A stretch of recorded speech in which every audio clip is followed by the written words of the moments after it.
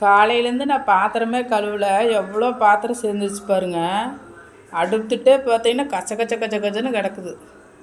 இங்கே பாருங்க எவ்வளோ பாத்திரம் பாருங்க. சிங்குக்குள்ளே எல்லாம் எவ்வளோ பாத்திரம். ஒரு அரை மணி நேரத்தில் இது க்ளீன் பண்ணிவிட்டு உங்களுக்கு காமிக்கிறேன் பாருங்கள். வாஷிங் மிஷினில் துணி போட்டுவிட்டுட்டேன். இதை க்ளீன் பண்ணிவிட்டு காமிக்கிறேன்.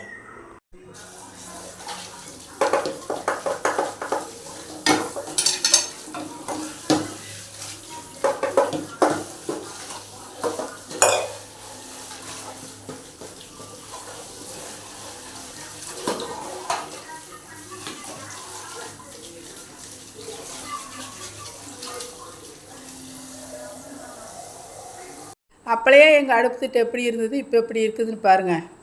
எவ்வளோ ஜாமான் கழுவி வச்சுருக்குறேன் பாருங்கள். 1 மணி நேரத்துக்கு மேலேயே ஆயிடுச்சு. ஜாமானம் கழுவி அடுப்பெல்லாம் தொடச்சி சமையல் ரூம் கூட்டுருக்கு. இங்கே பாருங்க சிங்கிலெல்லாம் ஒரு பாத்திரம் இல்லை. இனி சேர்ந்தாத்தான். இங்கே பாருங்க அடுப்பெல்லாம் க்ளீனாக தொடச்சிட்டு பாருங்க. நான் எப்போவுமே சமையல் ரூம் இப்படி தாங்க வச்சுக்குவேன். அடுப்பை பார்த்தீங்கன்னா க்ளீனாக தொடச்சிருவேன். நான் டெய்லியும் தொடச்சிருவோம். இந்த மாதிரி க்ளீனாக தொடச்சிருவோம்.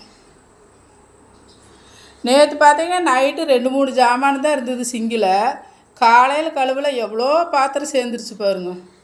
பார்த்தீங்களா இவ்வளோ பாத்திரம் 1 மணி நேரத்துக்கு மேலே ஆயிடுச்சு. பளிச்சுன்னு கழுவிட்டும் பாருங்க. பழன்னு இருக்குது. நான் தோசைக்கல்லையும் கழுவிடுவேங்க. தோசைக்கல்லை கழுவக்கூடாதுன்னு சொல்லுவாங்க. நான் தோசைக்கல்லை கழுவி வெங்காயம் தொடச்சி விட்டுட்டு தோசை ஊற்றுவேன், நல்லா வந்துடும். பார்த்தீங்களா இவ்வளோ பாத்திரம் கழுவிக்கிறேன் நான். இப்போ மிஷின்லலாம் துணி போட்டு விட்டுருந்தேன் பார்த்தீங்களா, அதெல்லாம் எடுத்து காய போட்டேன் பாருங்க. பளிச்சு நல்லா துணி காய போட்டேன். நான் கீழே காய போட்டேன், மேலே கொண்டு போகல. வெயில் அதிகமாகறனால கீழே போட்டாலே காய்ஞ்சிக்கு. இப்போ ஞாயிற்றுக்கிழமை காலையிலேருந்து நம்ம வீட்டில் என்னென்ன வேலை செஞ்சோன்னு பார்த்தீங்கன்னா, எந்திரிச்சோன்னையும் ஒரு 10 மணிக்கு பார்த்தீங்கன்னா வெளி வேலையாக போயிட்டு வந்தோம். மணி 12 ஆகி போச்சு. 12 மணிக்கு பார்த்தீங்கன்னா காளான் பிரியாணி வச்சு சாப்பிட்டு கொஞ்சம் நேரம் உட்காந்துருந்தோம். மணி 5 ஆகி போச்சு. 5 மணிக்கு எழுந்திரிச்சு பார்த்தீங்கன்னா பாத்திரம் கழுவி அடுப்பெல்லாம் தொடச்சி சமையல் ரூம் கூட்டினேன். அப்புறம் பார்த்தீங்கன்னா மிஷினில் துணி போட்டுவிட்டு அதையெல்லாம் எடுத்து இப்போ காய போட்டு வந்தேன். மணி 8 ஆகி போச்சு. இப்போ மணி 8 ஆகி போச்சுங்களா.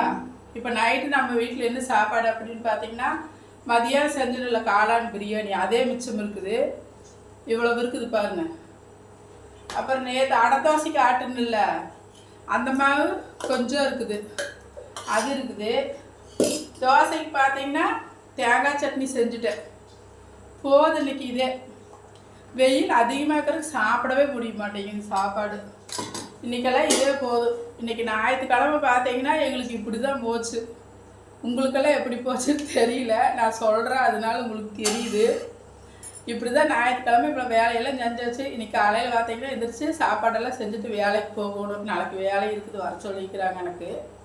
சரிங்களா. இன்றைக்கி ஞாயிற்றுக்கிழமை இதெல்லாம் தான் நம்ம வீட்டில். ஒரு மணி 8 ஆகி போச்சு. ஒரு 9 மணிக்கு தான் சாப்பிடுவேன். பசிக்கல. 9 மணிக்கு சாப்பிட்டு படுத்து தூங்க வேண்டியதான். ஞாயிற்றுக்கிழமை இதோடு முடிந்து விட்டது. சரிங்களா. பாய்.